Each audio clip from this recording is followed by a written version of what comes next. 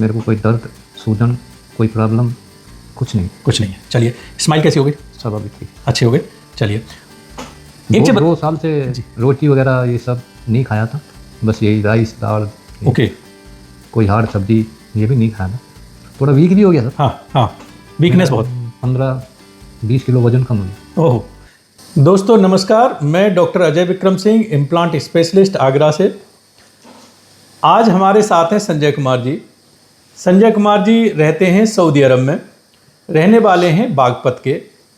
और समस्या ये थी, आपने हमें संपर्क किया व्हाट्सएप पे, हमारे यूट्यूब पे वीडियोस देखे और संपर्क किया और बोला कि सर जो है ना चबाने खाने में दिक्कत होती है, काफ़ी सारे दांत निकल गए, कुछ जो है ना हिलते हैं।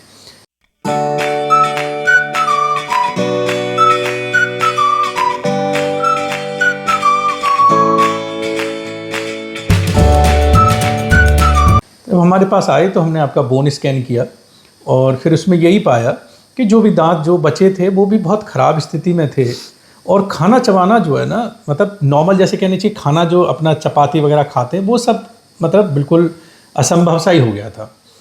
जहाँ नीचे दांत थे वहाँ ऊपर नहीं थे, ऊपर थे वहाँ नीचे नहीं थे, तो वो कैंची जैसी बन गई थी। तो इसमें जो है ना बड़ी तकलीफ़ हो रही थी। तो आपका बोन स्कैन किया, यही देखा कि हड्डी भी जो है ना काफ़ी हद तक ख़राब हो गई थी। क्योंकि दोस्तों पारिया से धीरे धीरे आपकी जो हड्डी है ना, जैसे दीमक लकड़ी को खाती है, वैसे पारिया के कीटाणु आपकी हड्डी को कुतरते रहते हैं, ख़राब करते रहते हैं। और जितना लेट हो जाता है तो वो फिर उतना ही जो है ना ख़राब हो जाता है केस। दोस्तों जो लोग इंडिया से बाहर रह रहे हैं, आप लोग जो है ना भाई दूसरे देश में रह रहे हैं, बहुत जल्दी आना नहीं हो पाता, काम को लेकर के रिस्पॉन्सिबिलिटीज़ रहती हैं, छुट्टी नहीं मिल पाती है, तो उनकी मजबूरी समझते हैं। लेकिन जो लोग हिंदुस्तान में रहते हैं वो भी लापरवाही करते रहते हैं। तो जब भी आपको लगे कि मेरे दांत अब नहीं चलने हैं, तो जितना जल्दी हो सके उन दांतों को निकलवा के इम्प्लांट करा दें, नहीं तो केस आपका फिर जो है ना कहना चाहिए कॉम्प्लिकेशन वाली स्टेज में पहुंच जाता है। तो आप जब हमारे पास आए तो हमने यही बोला कि केस ख़राब है, लेकिन हम जो है आपके जो भी 10, 12, 15 दिन लगेंगे उसमें जो है ये दांत निकाल के इम्प्लांट लगा के आपको फिक्स दांत लगा देंगे। दोस्तों जो लोग हमारे वीडियो को पहली दफ़ा देख रहे हैं, मैं उनको बता दूं, डेंटल इम्प्लांट की तकनीक द्वारा आप एक दांत, दो दांत, सारे दांत फिक्स रूप से लगवा सकते हैं। ये जो है ना फिक्स दांत लगाने की सबसे आधुनिक तकनीक है। एक स्क्रू जैसी संरचना होती है, उसको जो है ना आप जो है ना मसूड़े को सुन करके आप डेंटिस्ट से लगवा सकते हैं और उसके ऊपर दांत के रंग का दिखने वाला जो है दांत या दांतों का सेट जो है फिक्स करा सकते हैं। मोटे मोटे तौर पे अगर समझें तो ये तकनीक होती है। इन दांतों से आप दाल, रोटी, सब्जी, चपाती, फ्रूट, सलाद जो हम अपने प्राकृतिक दांतों से खाते हैं वो सब कुछ खा चबा सकते हैं। कोई दर्द नहीं होता, कोई ऐसी तकलीफ नहीं होती। और बाकी जो है ना संजय जी से पूछेंगे उनका अपना एक्सपीरियंस कैसे रहा और क्या कोई दर्द है या सूजन लेके जा रहे हैं या किसी तरीके का, और कैसा यहाँ का अनुभव रहा। और उससे पहले मैं आपसे रिक्वेस्ट करूँगा कि आप जिन लोगों ने चैनल को सब्सक्राइब नहीं किया वो चैनल को सब्सक्राइब कर लें, वीडियोज़ को लाइक करें, शेयर करें और बेल आइकन ज़रूर दबाएँ। और इस वीडियो में आगे बात करेंगे इसमें होने वाले खर्चे की। आपका कितना खर्चा हुआ इससे कोई लेना देना नहीं है, क्योंकि सबका अपनी अपनी हड्डी अलग अलग होती है, अलग अलग केस होता है। तो अमूमन तौर पे अगर आप अपने फुल दांत लगवाना चाहते हैं तो उसमें कितना जो है ना एक रेंज में कितना खर्चा होता है इस पर बात करेंगे। इन दांतों की लाइफ कितनी है, मेंटेनेंस क्या है, इन सब चीज़ों पर भी बात करेंगे। पहले संजय जी से पूछते हैं। संजय जी बताइए कैसा एक्सपीरियंस रहा? बहुत अच्छा रहा सर। अच्छा रहा। चलिए, स्टाफ आप सब लोग बहुत ही अच्छे, धन्यवाद। और मेरे को कोई दर्द, सूजन, कोई प्रॉब्लम कुछ नहीं है। चलिए, स्माइल कैसी हो गई? सब अभी ठीक। अच्छे हो गए। चलिए, दो साल से रोटी वगैरह ये सब नहीं खाया था, बस यही राइस दाल, ओके, कोई हार्ड सब्जी ये भी नहीं खाया था। थोड़ा वीक भी हो गया सर। हाँ, वीकनेस बहुत। 15-20 किलो वजन कम हो गया। ओहो। तो देखिए दोस्तों, अगर दांत नहीं होंगे तो कहते हैं कि दांतों का काम भी आंतों को करना पड़ेगा। तो जब आप चबा के अच्छे से खाना नहीं खाते, कुचल के खाना नहीं खाते, तो क्या होता है ना कि जो है ना वो खाना हम मोटा मोटा निगलते हैं। एक तो हमारे ऑप्शन कम हो जाते हैं जो है ना खाने के, भाई हम सलाद नहीं खा पा रहे हैं, बाकी चीज़ें नहीं खा पा रहे हैं, चपाती है या बाकी चीज़ें हैं वो नॉर्मल तरीके से नहीं खा पा रहे हैं, अब दाल चावल खा रहे हैं या कुछ न कुछ ऑप्शन बस रह जाते हैं जो मुलायम ऑप्शन है। तो क्या होता है, एक तो न्यूट्रिशन प्रॉपर नहीं मिलता, दूसरा क्या हम चबा के अच्छे से नहीं खा पाते तो हमारा पाचन जो है ना क्रिया जो है ना वो उतने अच्छे तरीके से काम नहीं करती। तो जो मिनरल्स हैं, विटामिन्स हैं, वो सब चीज़ें हमें तत्व मिल नहीं पाते, और वो जो शरीर के लिए बहुत आवश्यक है, तो शरीर में भी फिर कमजोरी होने लग जाती है। तो दांतों का बहुत महत्व है, और जिनके नहीं रहते, समस्या होती है, उनको समझ में आता है इसका महत्व। तो यही है कि दांतों की केयर करें, और जितना संभव हो सके उतनी जल्दी डेंटिस्ट को दिखाएं। अगर पायरिया की स्थिति है तो उसको ठीक कराएं। मेरे सामने सर, मैं एक शेफ है, हाँ, तो मेरे सामने तो पूरा फूड है। अच्छा, आप शेफ हैं? शेफ है सर। अच्छा, लीजिए। होटल में एग्जीक्यूटिव शेफ है, और सामने फूड है। हाँ, लेकिन खा नहीं सकते। हाँ, कुछ नहीं। तो ये जो है ना, बताइए कि अगर वही वाला हिसाब है ना कि अब खाने का ही एक एग्जाम्पल देते हैं कि सब सामने खा नहीं सकते, तो सब दुनिया खा रही है, आके खा रही है, आप बना रहे हैं स्वादिष्ट खाना, बना कर के जो है ना लोगों को खिला रहे हैं, और खुद नहीं खा पा रहे। तो ये सबसे बुरा लगता था सर, प्रसाद होता है ना गाँव में, हाँ, वो प्रसाद दिया तो नहीं खा पाए, खा ही नहीं सकते। नहीं खा। अब उनको यही होता है कि अब कुछ लोग प्रसाद लो, अब आप रख के फिर जो है क्या करें सर उसको, चले आए, आप चबा नहीं पा रहे, खा नहीं पा रहे, तो ये तकलीफ होती है। तो अब जो है दांत लग गए, खाना खा के इतने समय बाद कैसा लगा? बहुत अच्छा लग रहा है। क्या क्या खाया नए दांतों से? सलाद, रोटी, चपाती, तंदूरी रोटी खाया, नान खाया, और अमरूद वगैरह, ये सब खाया, केला, फ्रूट वगैरह सब खाया। चबाने में कोई दर्द नहीं? काफी लोग कहते हैं कि इम्प्लांट लगेंगे, तुरंत चबाएंगे तो चुभेंगे, दर्द करेंगे। नहीं, कैसा कुछ भी नहीं। कुछ भी नहीं। डिपेंड करता है आपके डॉक्टर पे कि वो आपके इम्प्लांट कितने अच्छे से एंकर करते हैं आपकी बोन में। तो इमीडिएट लोडिंग टेक्निक में आप खाना खा चबा सकते हैं। काफ़ी लोग और डॉक्टर डरा देते हैं, 15 दिन में, 10 दिन में कैसे होगा, ये तो 4 महीने में इम्प्लांट हड्डी पकड़ते हैं, कैसे होगा, आप दांत लगाते ही परेशान हो जाओगे, चबा ही नहीं पाओगे, दर्द होने लगेगा। वो गलत नहीं कहते, लेकिन वो क्या है ना कि डेली लोडिंग वाले इम्प्लांट यूज करते हैं। दूसरा क्या है, जिन पे कि दांत ही 4 महीने बाद लग सकते हैं, और दूसरा वो इम्प्लांट वो यूज करते हैं बहुत छोटे छोटे यूज करते हैं, तो वो उतना जो है ना स्किल्स नहीं होती कि लॉन्ग इम्प्लांट और जो मजबूत जबड़े में अलग अलग हड्डी है, आपके जबड़े में कहीं मुलायम हड्डी है, कहीं मजबूत हड्डी है, वो आपके डॉक्टर को ढूंढना आना चाहिए, और वो डॉक्टर को आपको उस हड्डी का यूज करना आना चाहिए। तो जो है ना सब कुछ जो है संभव है। हमारी प्रैक्टिस में आने वाले 1% पेशेंट हैं जिनको हम इमीडिएट लोडिंग में फुल माउथ अगर हम इम्प्लांट कर रहे हैं तो जिनको मना करते हैं, अदरवाइज हम 99% लोगों के एक ही स्टेज में जो है ना इम्प्लांट लगा के फिक्स दांत जो है ना लगा के दे देते हैं। और इसी उम्मीद के साथ लोग बिहार, बंगाल, उड़ीसा, महाराष्ट्र, गुजरात, सब जगह से, मुंबई, दिल्ली, बेंगलोर, आपकी अरब कंट्री से, और जो है ना आपकी ऑस्ट्रेलिया, यूरोप, सब जगह से, यूएस से लोग आते हैं, और जो है ना उनका जो है ट्रीटमेंट अपना जैसे आते हैं, जैसे उम्मीद लेके आते हैं, उसके हिसाब से कोशिश करते हैं कि उनका जो है काम जो है बेहतर तरीके से करके दें। बाकी सर सब इधर का रुकने सुकने का सब सही रहा, कोई दिक्कत तो नहीं हुई किसी तरीके की? बस यहाँ आके आपको सरेंडर कर देना चाहिए, बस बात खत्म। वो बहुत जरूरी है। आपने लाखपति की बात कह दी। आप क्या करे क्या नहीं करे वो आप जाने जी, ये सबसे अच्छा है जी। मैं तो यही किया सर जी, बिल्कुल बिल्कुल। आप बहुत निहायती कोऑपरेटिव हैं, और जो है ना मैक्सिमम हमारे यहाँ पेशेंट जो है वो कोऑपरेटिव ही है। एक आध कोई छोड़ने तो थोड़ा तीम ताम कुछ पूछते रहते, कैसे करोगे, क्या करोगे, तो हम उनसे ये कहते हैं भैया अपने आप को सरेंडर कर दो, आपने डॉक्टर चुन लिया, अब उस डॉक्टर को काम करने दो, बस खत्म।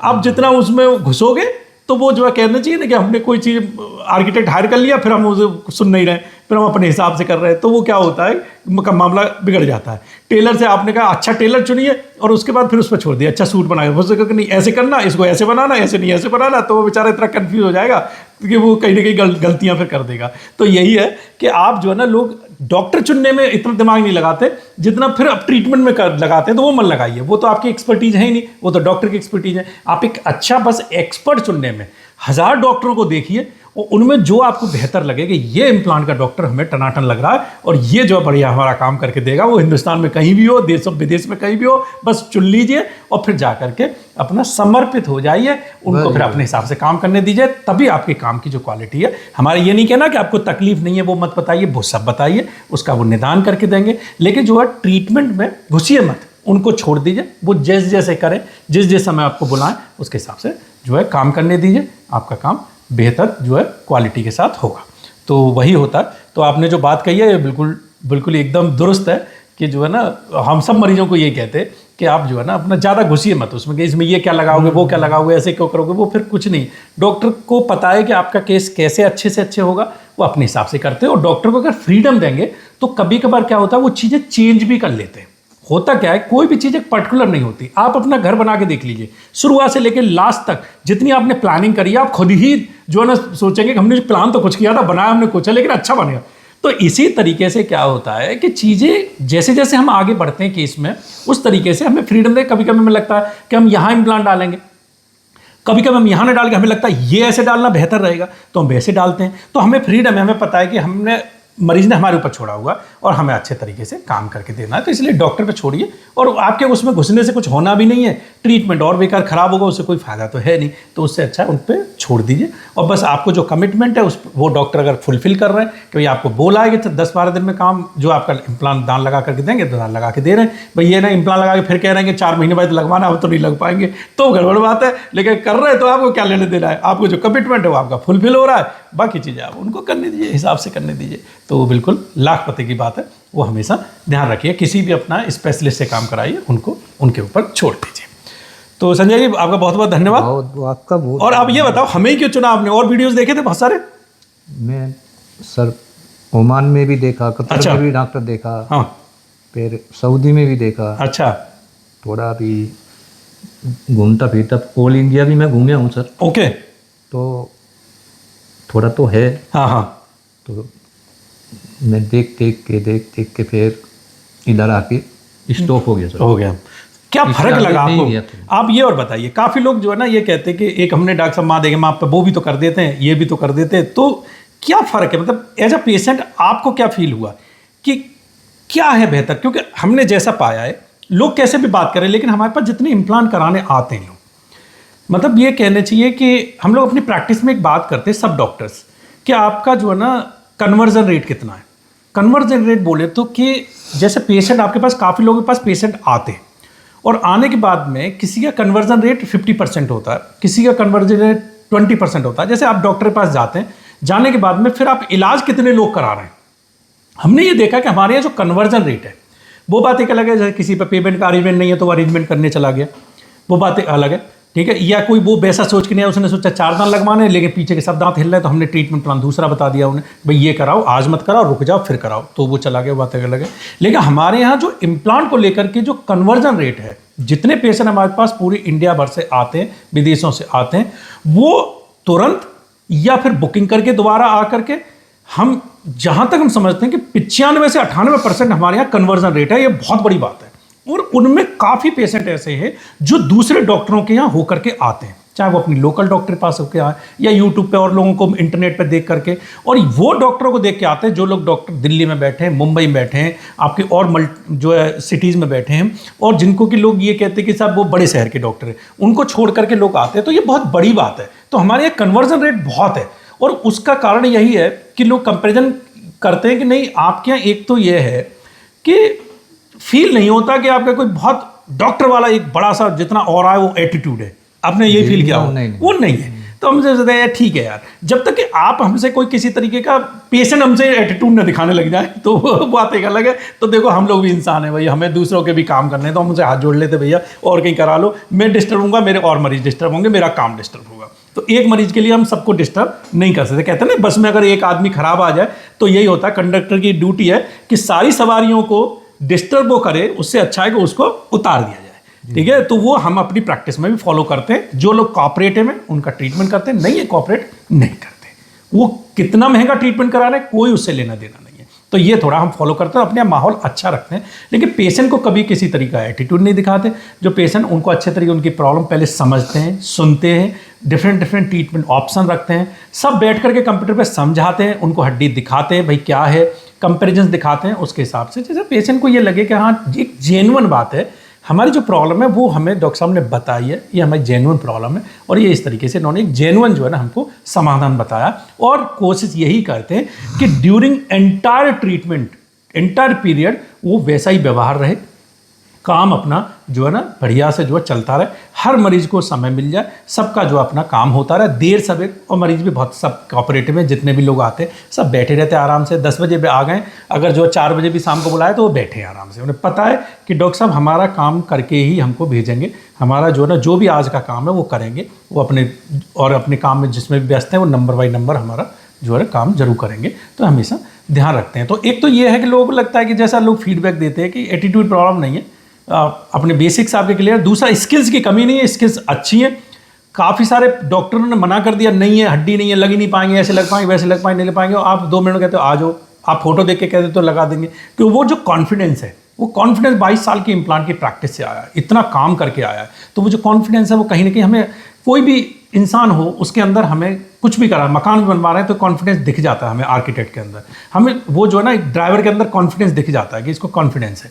तो वो जो है ना, वो जो दाएं बाएं हो रहा है कि देखूंगा, सोचूंगा, बताऊंगा, कर पाऊंगा, नहीं कर पाऊंगा, ये होगा तो ये कर दूंगा, ये होगा तो ये करो, सोच लो फिर बता देना, मैं भी 2 दिन और सब सोच लूँ, इसमें समझ लूँ, होता कि नहीं होता। तो नहीं, तो इधर रहिए, वो 10 मिनट के अंदर बता जाता, होगा ठीक है, हो जाएगा। तो वो जो एक कॉन्फिडेंस है, तो ये 2-4 चीज़ें होती हैं कि वो जो है ना अपने हिसाब से जो है ना, तो लोग इस वजह से थोड़ा प्रेफर करते हैं। आप बताइए, ये क्या मतलब, आप क्या ऐड करना चाहेंगे इसमें? अच्छे एक्सपर्ट आदमी में एटीट्यूड का तो कोई बात ही नहीं होता सर। एटीट्यूड खत्म हो जाता है। बात ये है, बिल्कुल उसको जरूरत नहीं, इसकी जरूरत ही नहीं है। एटीट्यूड का जरूरत उसको है जिसको कम एक्सपीरियंस है, कर नहीं पा रहा है। ये बिल्कुल एकदम लाख पते की बात है। मैं आपका वीडियो में यही देखा है, आपका बोलचाल का, बात करने का, आपका लाइव भी में ये इम्प्लांट देखा है, बहुत वीडियो देखा है। हाँ। उसके बाद में जी स्टॉप हो गया, इधर ही जाएगा, सरेंडर करेगा, खलास। वो डॉक्टर साहब क्या करेंगे, क्या नहीं,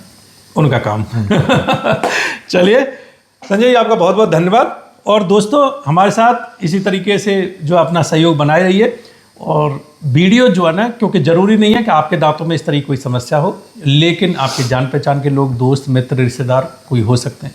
हम बहुत सारे ग्रुप्स में, फेसबुक पे चुटकुले, बाकी चीज़ें, हंसी मजाक की सब भेजते रहते हैं, पॉलिटिक्स की चीज़ें डिस्कस करते रहते हैं। ठीक है, वो भी करिए, वो भी ज़रूरी है। लेकिन जो मेडिकल की और ये जो जानकारी है, जो आपको लगता है कि किसी तरह के फेक नहीं है, ये रियलिस्टिक है, और अगर ये चीज़ स्प्रेड होती है तो लोगों को पता रहता है। काफ़ी लोगों को आज के समय में भी लोगों को नहीं पता है कि डेंट इम्प्लांट की कोई तकनीक है, या कौन डॉक्टर है, किसके पास जाएँ, किस तरीके से कराएँ, ये क्या तकनीक है। काफ़ी लोग ये कहते हैं बाद में हमें आपके बारे में पता चला, हमने इम्प्लांट करा लिया, हम 4 महीने से बिना दांत के घूम रहे हैं, क्या अब लगा देंगे उनके ऊपर? नहीं पॉसिबल। वो लोग जो है ना नहीं लगवा सकते, क्योंकि जो इम्प्लांट डिले लोडिंग के पड़ गए, वो पड़ गए, उनके ऊपर फिर आप नहीं लगवाते, नहीं तो फिर वो आपको इम्प्लांट निकलवाने पड़ेंगे, फिर लगवाने पड़ेंगे। तो इससे जागरूकता बढ़ती है। काफ़ी लोगों को पता ही नहीं इम्प्लांट के बारे में, वो बेचारे हिलते हुए दांतों पे ही ब्रिज फ्रिज लगा के जैसे तैसे काम चलाने की कोशिश करते हैं। तो वो जो है ना, उनको जो है ये जानकारी मिले, वो अपने नज़दीकी जो भी इम्प्लांट के एक्सपर्ट हैं उनसे जा करके अपनी सलाह मशवरा कर सकें।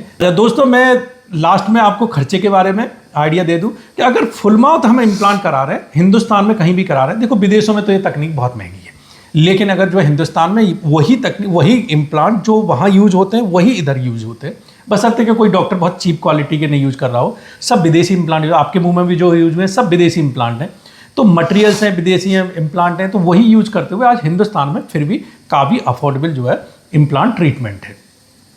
तो अगर आप पूरे दांतों का इम्प्लांट करा रहे हैं, इमीडिएट लोडिंग, डिले लोडिंग में करा रहे हैं, कैसी हड्डी की कंडीशन है, कैसे डॉक्टर से करा रहे हैं, किस तकनीक से करा रहे हैं, इस पर थोड़ा निर्भर करता है।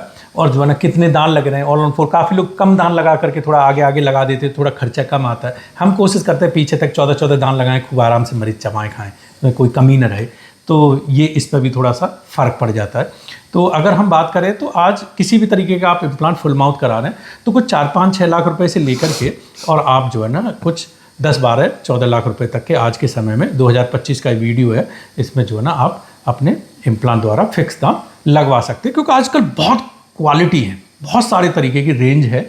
तो ये बट मूल मंत्र यही है कि जितना जल्दी हो सके उतनी जल्दी कराइए। जितना हड्डी खराब कर लेंगे उतनी डॉक्टर को फिर प्रीमियम टेक्निक पे जाना पड़ता है, क्योंकि जो सस्ते ऑप्शन है वो नहीं। जैसे जितना आपकी गांव की सड़क खराब हो जाएगी ना, आपको उतनी ही मजबूत मोटरसाइकिल खरीदनी पड़ेगी, फिर वो आपको कार उतनी मजबूत खरीदनी पड़ेगी। तो वो जो है ना, आप सड़क खराब ना होने दें, उसको रिपेयर करते रहे तो आपकी कोई भी गाड़ी उसमें चलती रहेगी। तो इसके लिए इम्प्लांट, चाहे दांत हो इम्प्लांट हो, सब हड्डी में टिकते हैं। जितना हड्डी रखेंगे, अब जो कम हड्डी होती है तो फिर उसमें ऑप्शंस कम होते जाते हैं। आपका काम तो हो जाएगा लेकिन फिर ऑप्शन कम हो जाते हैं। तो इसीलिए जितना जल्दी हो सके उतना जल्दी कराएं, तो आपका कम खर्चे में भी ज़्यादा बेहतर जो है आपका काम हो सकता है। तो ये जो है थोड़ा सा ध्यान रखें, लास्ट तक जो है ना उसको ना खींचें। संजय जी का बहुत बहुत धन्यवाद, और जो है इसी तरीके से हमें सहयोग करते रहिए। और आप लोगों का भी, आपने इतना समय दिया, वीडियो को अंत तक देखा, आपका बहुत बहुत धन्यवाद। नमस्कार।